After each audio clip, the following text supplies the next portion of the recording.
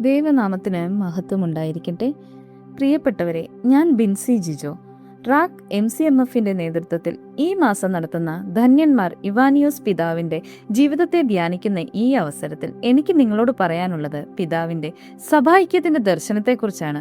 മാർ ഇവാനിയോസ് ഒരു മെത്രാപ്പോലീത്ത മാത്രമായിരുന്നില്ല, സഭയുടെ ഐക്യത്തിനായി ജീവിതം സമർപ്പിച്ച ഒരു ദീർഘദർശിയുമായിരുന്നു. യേശുക്രിസ്തു തന്റെ ശിഷ്യന്മാർക്കായി പ്രാർത്ഥിച്ചത് അവർ എല്ലാവരും ഒന്നായിരിക്കട്ടെ എന്നതാണ്. വിശുദ്ധ യോഹന്നാന്റെ സുവിശേഷം 17:21.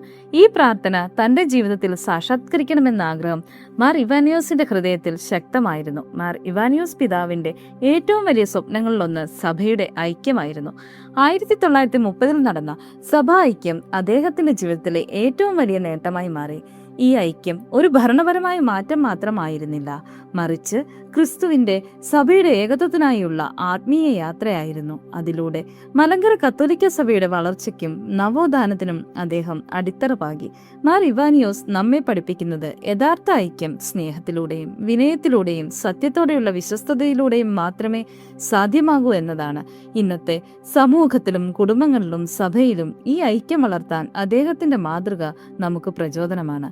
അതിനാൽ സഭാഐക്യത്തിന്റെ ദർശകനായ ധന്യന്മാർ ഇവാനിയോസിന്റെ ജീവിതം അനുസ്മരിക്കുമ്പോൾ നാമും ഐക്യത്തിന്റെയും സമാധാനത്തിന്റെയും ഉപകരണങ്ങളാകാൻ പരിശ്രമിക്കാം.